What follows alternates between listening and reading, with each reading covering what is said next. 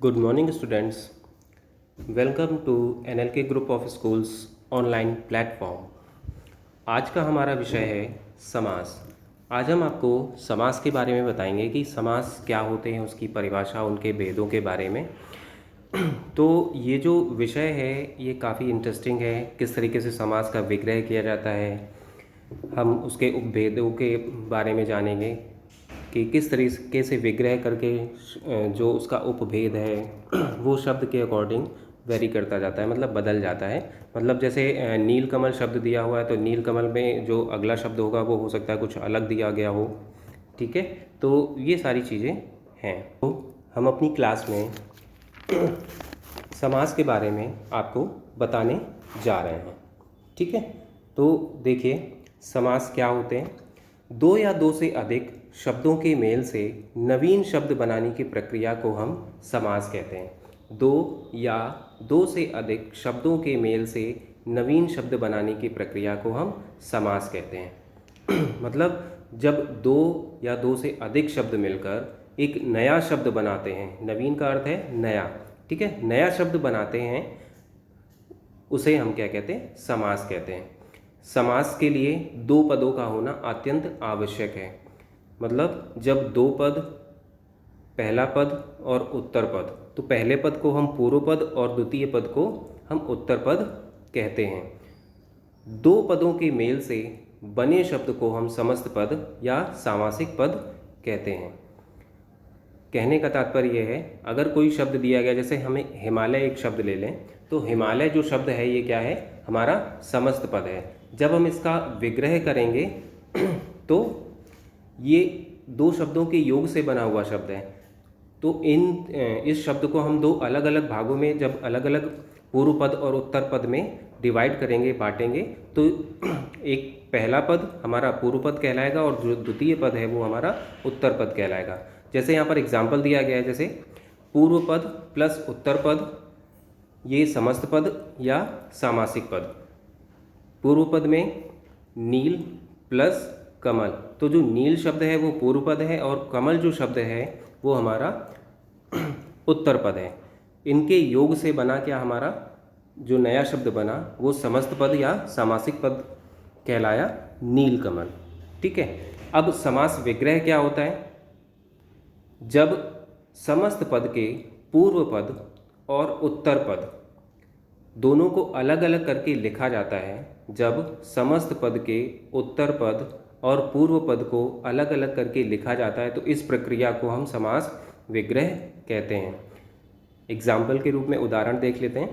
समस्त पद, यहाँ पर हाथी घोड़े दिया हुआ है, गजानन दिया हुआ है। इसका जब हम विग्रह करते हैं तो हाथी और घोड़े, गजानन का जब हमने विग्रह किया तो हाथी के समान मुंह वाला।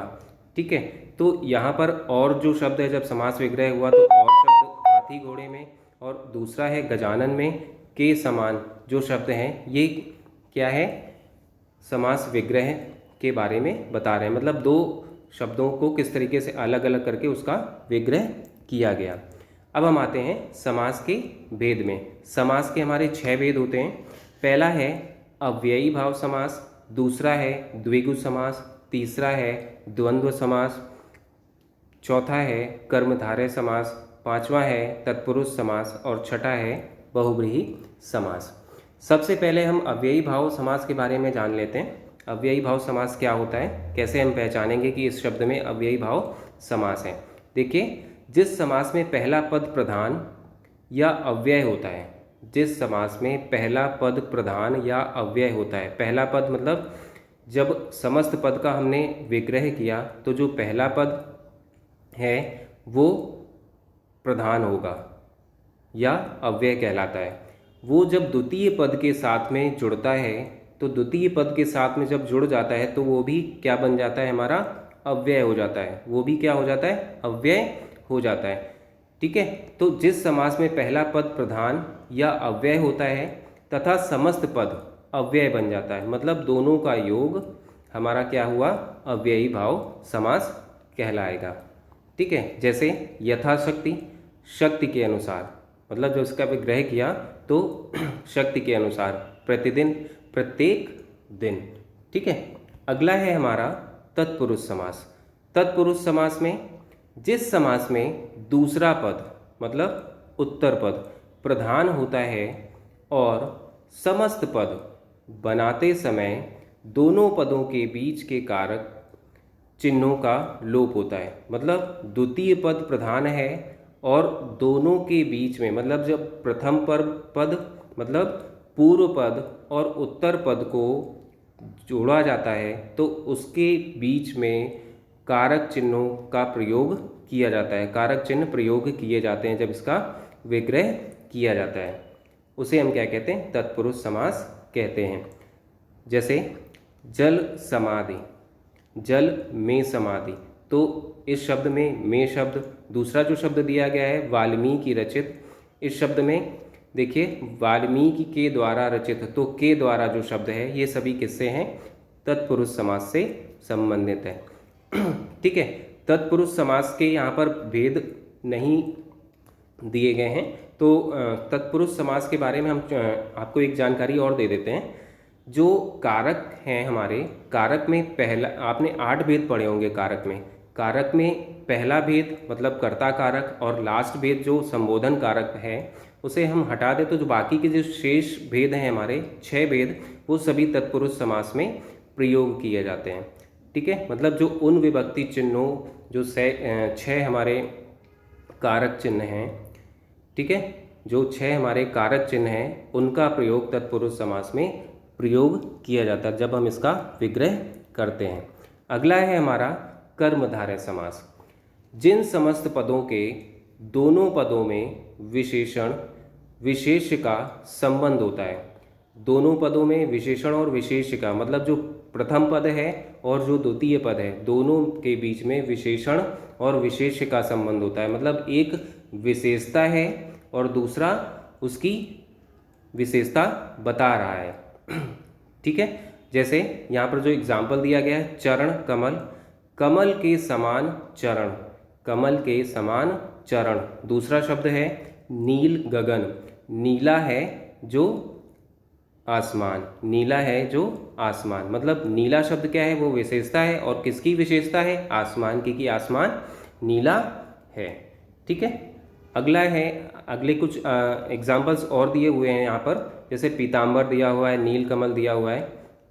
ठीक है, तो देखिए इसमें भी वही तरीका है कि पीला है जो अंबर, पीला है जो अंबर, मतलब एक शब्द विशेषण है और दूसरा विशेष है। ठीक है, इसी तरीके से उपमान और उपमेय, इसी तरीके से उपमान और उपमेय भी सेम है, मतलब विशेषण और विशेष ही हैं।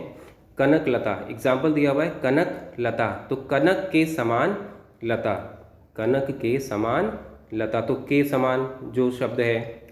तो यही सारी चीज़ें यहाँ पर एग्जाम्पल के रूप में दी गई हैं।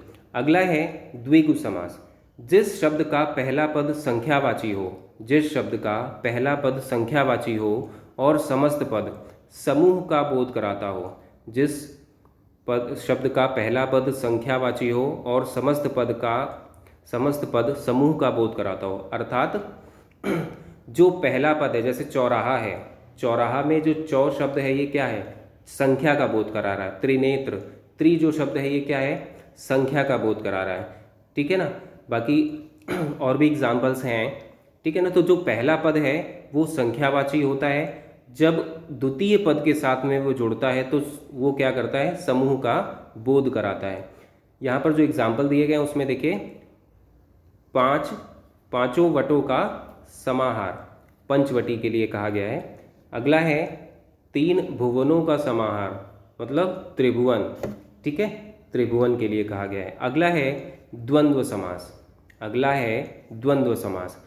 जिन समस्त पदों में दोनों पद प्रधान हो, जिस समस्त पद में दोनों पद प्रधान हो और उनके विग्रह में, मतलब जब दो शब्दों को पूर्व पद और उत्तर पद को अलग अलग करके लिखा जाता है, तो आप लोगों ने देखा होगा जब भाई बहन, माता पिता, दिन रात, अमीर गरीब, सुख दुख, इस तरीके के शब्दों को लिखा हुआ देखा होगा, तो उसमें एक छोटा सा चिन्ह लगा होता है, छोटा सा चिन्ह लगा होता है। उस चिन्ह को हटाकर हम और शब्द, तथा, व आदि शब्दों का प्रयोग करते हैं।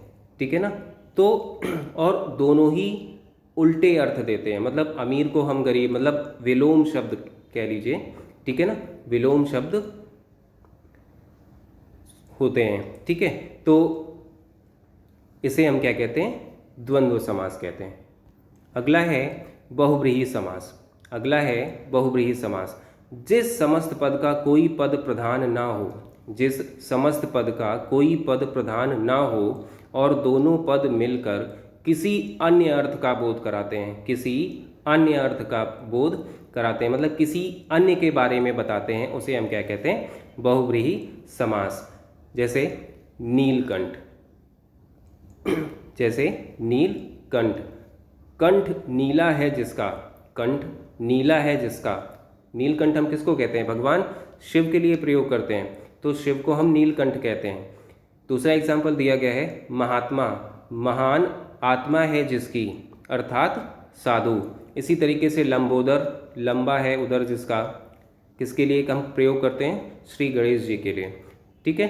तो यहाँ पर जो विग्रह है, तो विग्रह करते समय किसी अन्य अर्थ का बोध हो रहा है, विग्रह करते समय किसी अन्य अर्थ का बोध हो रहा है, ठीक है।